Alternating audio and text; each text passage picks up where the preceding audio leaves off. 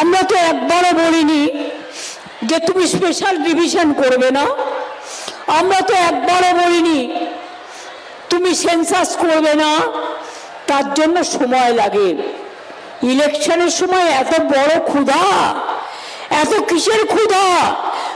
তোমরা জমিদার যোদ্ধার কোটি কোটি টাকা বানিয়েছ, একবারে নোটবন্দি আর এসআইআর এর নামে গণবন্দি, ভোটবন্দি।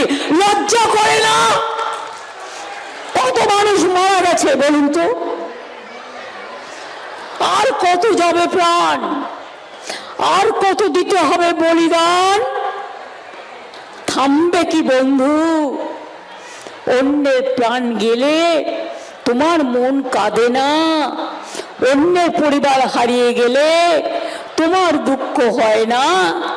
বাংলা ভাষায় কথা বললে আজ সবাই বাংলাদেশি। বন্ধু, বাংলাদেশ থেকে এসে স্বাধীনতার সময় থেকে যারা ইন্ডিয়ান সিটিজেন, তাদের তুমি কি করে বাংলাদেশি তকমা দাও? সোনালী কি বাংলাদেশি ছিল?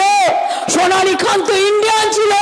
তার ইন্ডিয়ান সবকিছু থাকা সত্ত্বেও তুমি একটা প্রেগনেন্ট মহিলাকে পর্যন্ত বিএসএফ কে দিয়ে তুমি পুশ ব্যাক করিয়ে দিয়েছো।